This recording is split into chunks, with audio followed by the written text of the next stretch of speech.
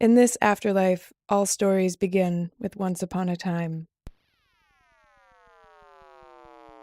A silent beginning.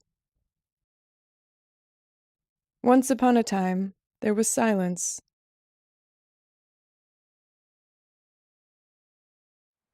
A beginning. And after this, a schism.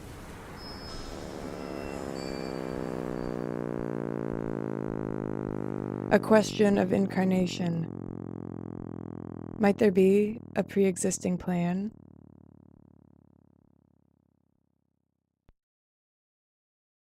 This afterlife offers no true answers, only attempted formulations.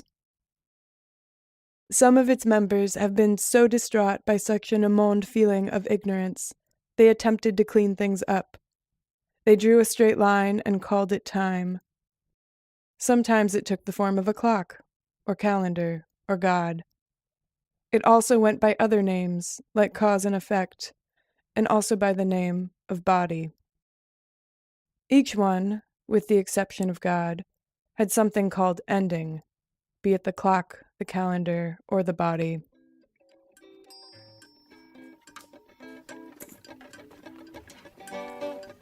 Sometimes, though, something in this afterlife would shimmer, an alignment of inner and outer made visible by a willingness to look. In these moments, members of this afterlife may recognize themselves less as lines and more like patterns, something like a shared crystalline structure with an endless capacity for love and suffering.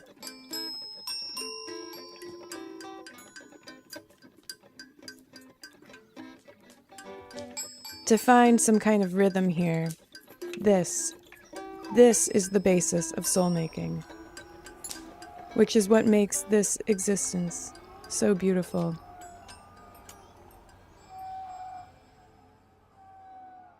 But in this afterlife, the endings people think they experience are actually a pre-programmed forgetting.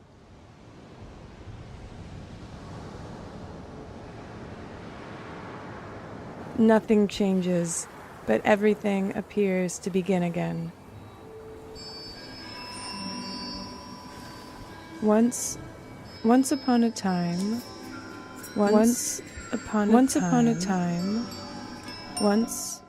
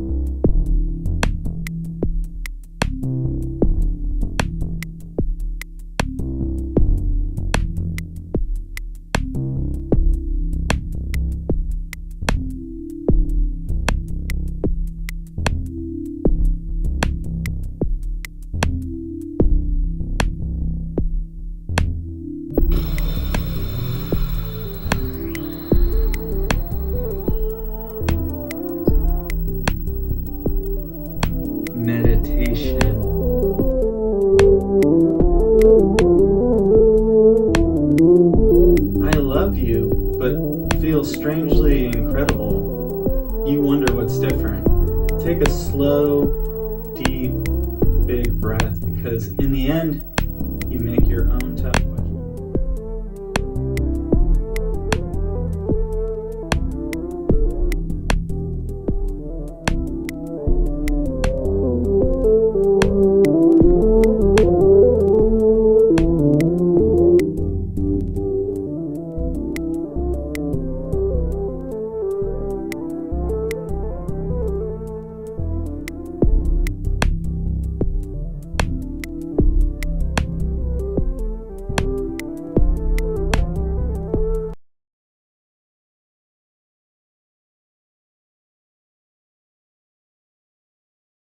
Continuous roll. Creations have endured dirty conditions and pre-saturated materials. Stop projecting resistance to decay. Love these self-healing maniacs, creating the violence. Create your own chainsaw babies. Zombies ate my neighbors, someone you know, one thing at a time. Animals have feelings too. Delicate wildlife art. Hot melt one piece, temporary swamp. What is it about? What's happening today? You are God. What else happens? Transform. Tubular. How can you make the missing wisdom? No one listens silently. Provide simple, sensitive, reliable, ultra quiet to benefit a sensitive, creative tension, a true noiseless technique. Remember? Moving blankets, stronger than freedom drugs, truly valuable items, making your world more livable. Busy energy keeps trash inside, hides the dirt. Attractive option, okay. Homeless commercial break, vacation ambience. Never had a living room, carry it everywhere. Homeland, free upon request. This is precisely what you chose, your outdoor living economy. The convenience is worth every replacement. Pretty much crumbling. No wonder turnout's been bad. We now choose a door without movement. Open before. Transform.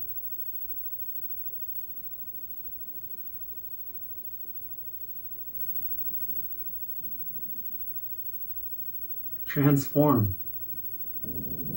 Transform. You begin to consider all the things. Maybe what you need is personal grounders,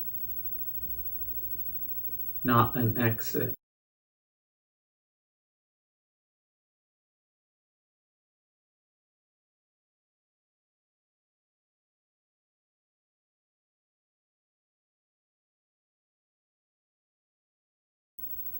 Recycled material. Recycled material. Offering a cosmic out.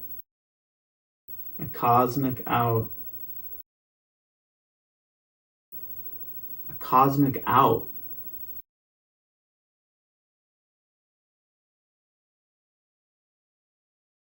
Offering a cosmic out. Try to stay generous, even more soft, sturdy yet flexible. Flexible. Transform. Transform. Transform. Transform.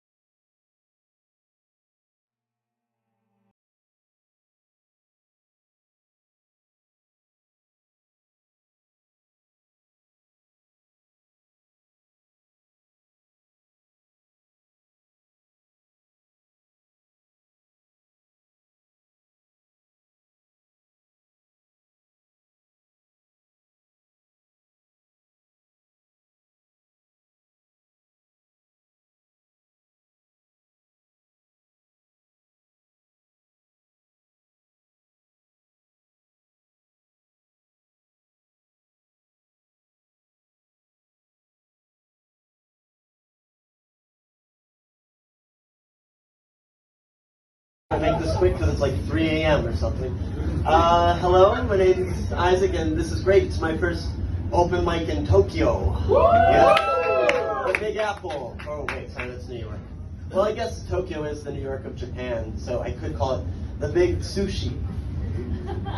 Okay, guys, that's my best joke. I'll workshop that for 6 months. No, it's good. Well, let me tell you a bit about myself. I spend my free time going around stores and taking samples of foods and eating them and going away. So I've gotten really good at that face you make when you're eating a sample and you're like pretending to the person that you're considering buying it. Like, locally grown honeydew. Okay. But no, I have a real food problems because it's like this. One time I saw at a market a toddler crying to her mom because she wanted the chocolate donut thing and the mom didn't give it, but he cried so much that the mom gave it. That's basically my stomach to my head, where I'm watching something, like I see a chocolate, and my stomach's like, let's eat it. And my head's like, no, it's bad for you. My stomach's like, wham. I was like, okay. Just this once. It's never just this once. And to make matters worse, I like to play tricks on my head. Like whenever I travel, I say, well, you can eat unhealthy because you're in a new place. So you gotta see how the local chicken tastes. It tastes just like chicken. Or human, because apparently chicken tastes like human. That's why I wonder if like sometimes if cannibals are traveling, they like, oh, we gotta try the local human. And afterwards it like tastes just like human. I'm getting fat. Like I want to see cannibals in the mirror like doing this. Alright, maybe I should start eating vegetarians again. What else? Cannibals. A thing that's not cannibals is Japanese words. That's a transition. Japanese words are hard to learn because it depends on the context. Like you can have one word mean 8 different things. Like tokoro could mean place, idea, about to do something, etc. But my favorite one is the word seitsu. Seitsu. Am I saying that right? Yeah. Okay. For those who don't spoil it. I'm probably messing up the pronunciation anyway. But here are the 2 definitions of seitsu. Definition 1, being well versed in, being well acquainted with, being familiar with. Or definition 2, a boy's first ejaculation. I showed that to my girlfriend when I found that, and she was just like, yeah. I guess that's like a thing when you're in it, you don't see it's weird that there's a word that's both being well versed in and a boy's first ejaculation. What? Who saw a boy and was like, oh, there needs to be a word for what he's doing. I know what he's going to be well versed in, so let's put those 2 together. All right, thank you.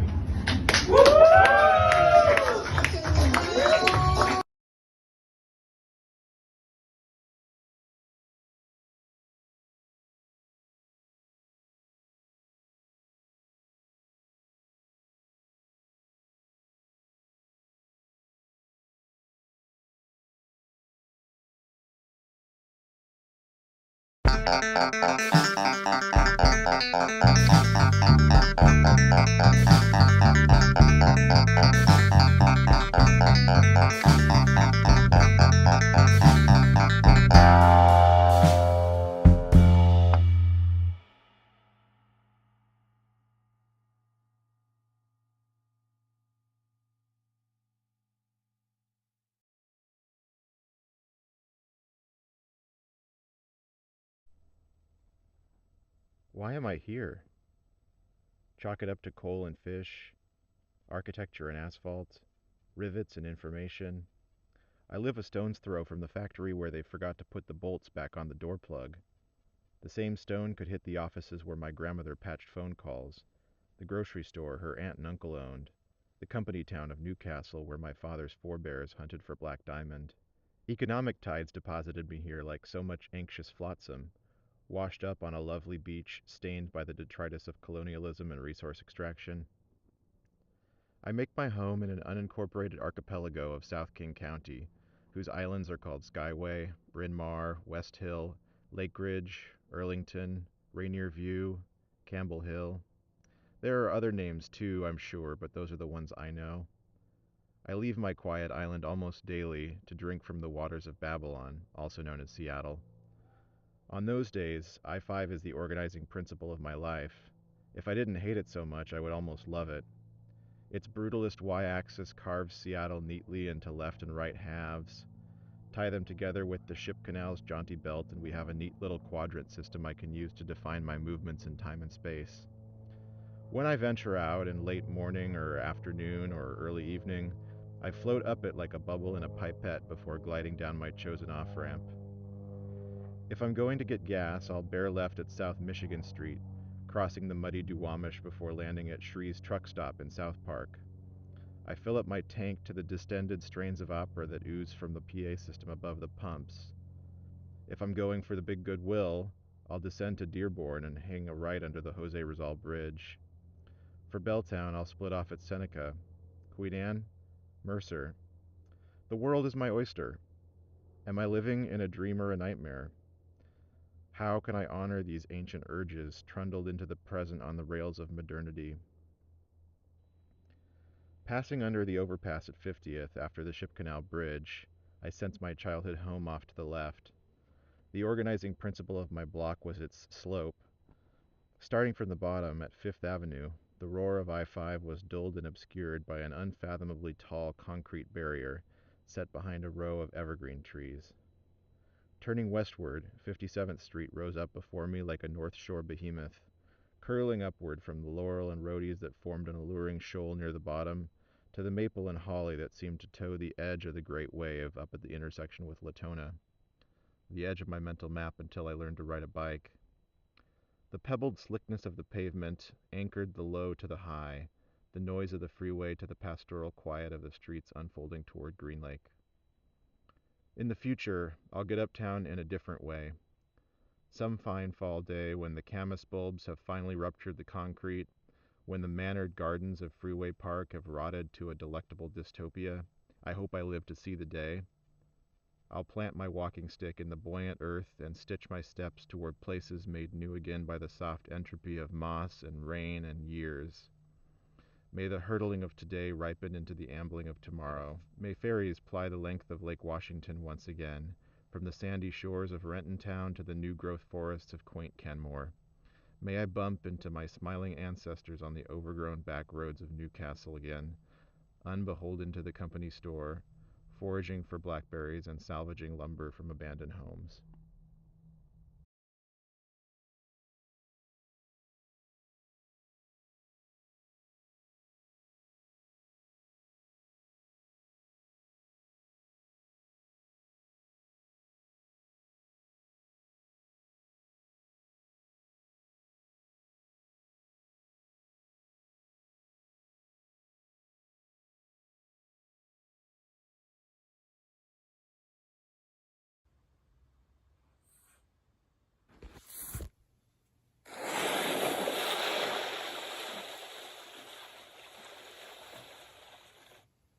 It literally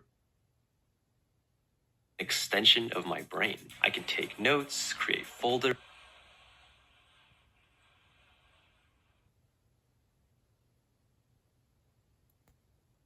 manage tasks, set goals, and build products. It's so customizable. You can tailor it to fit your team needs. Not to mention, it's beautifully designed. From being a student to a creator.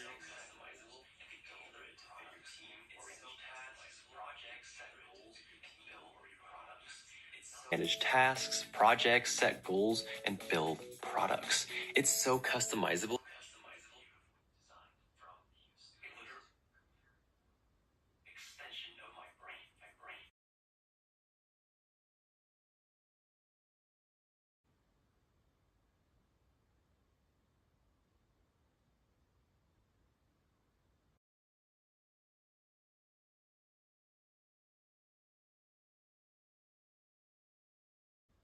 Extension of my brain. I can take notes, create folder. Extension of my brain. Manage tasks, projects, set goals, and build products. It's so customizable.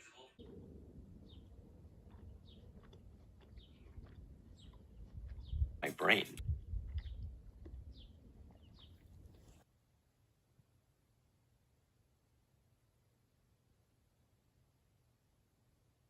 Extension of my brain. I can take notes, create folders,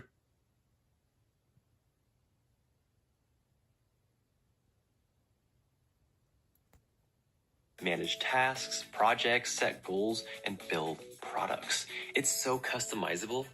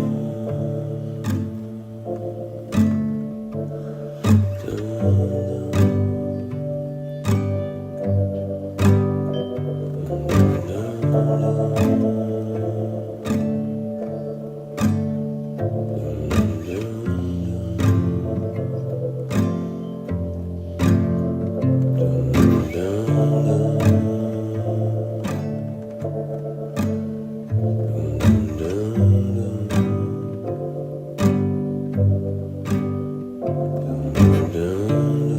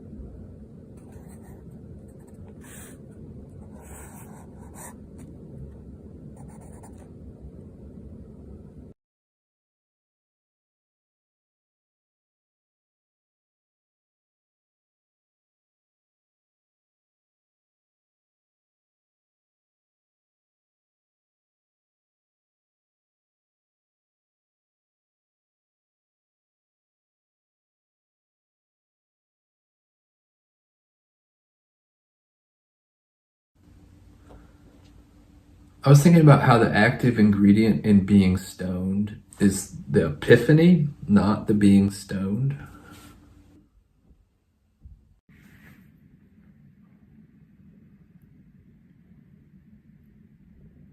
I was thinking about how the problem is. I was thinking about how the problem is.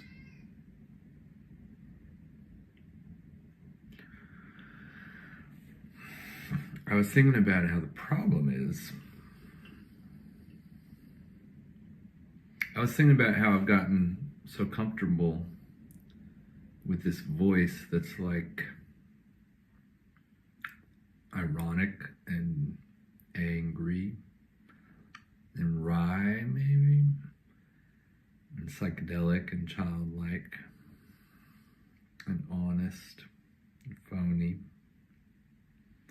and compassionate and wounded.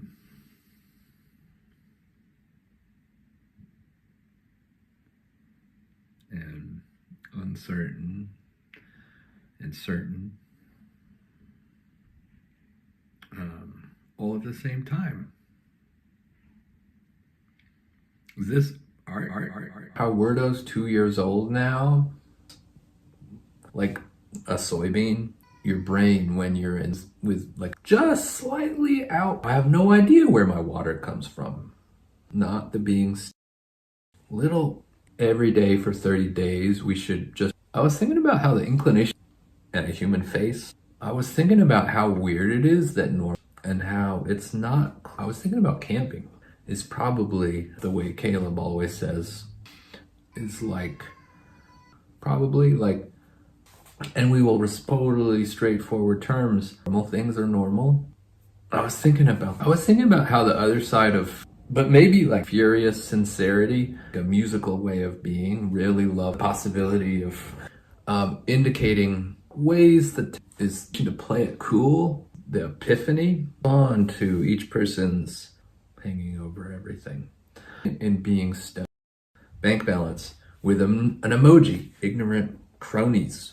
Farce might not vulnerability. A disavowal of the I don't understand my children's future.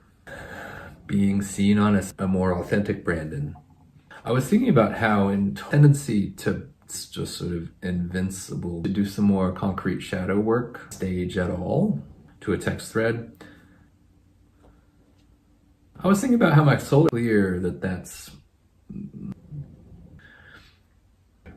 how committed we are to mutual aid. Painting of a cow. Intellectuals right. I was thinking about the plexus is my close friend. The formal beauty of even though they have that Dick's hamburgers living in your head. I was thinking about how easy it is to have. I was thinking about how be like aggrieved and. I was thinking about how many words. I was thinking about how set ourselves on fire. I love you.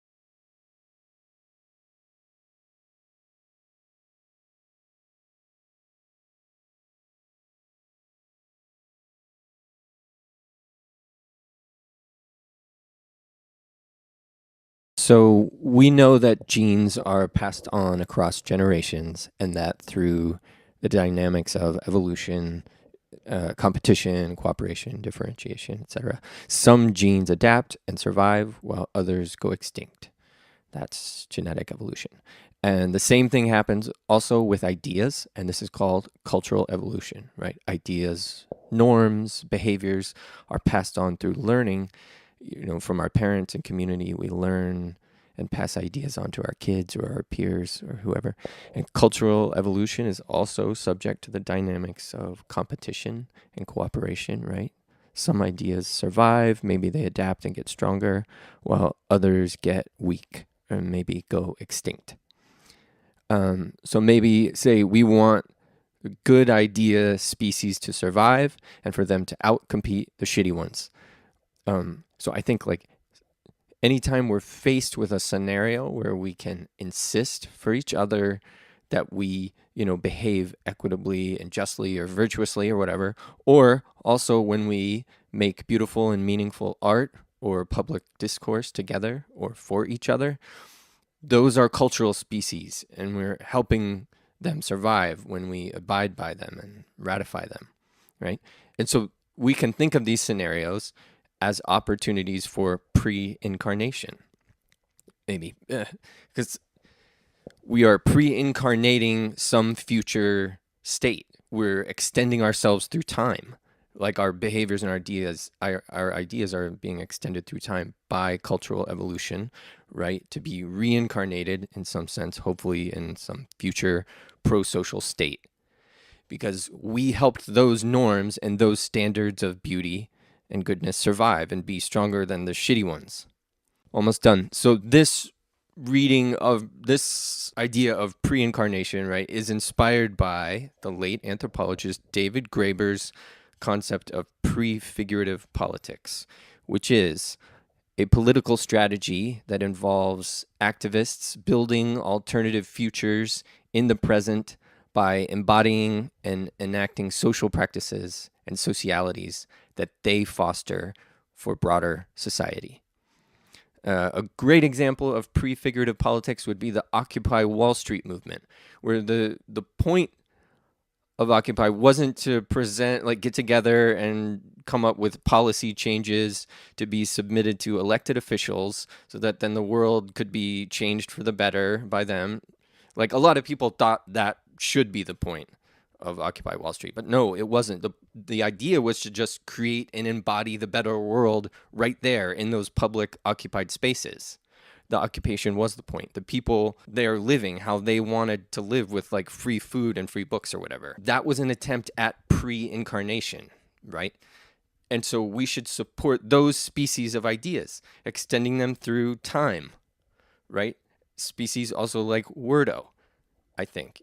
Every Wordo is a pre-incarnation of a potentially beautiful collective project to be reincarnated in the next Wordo.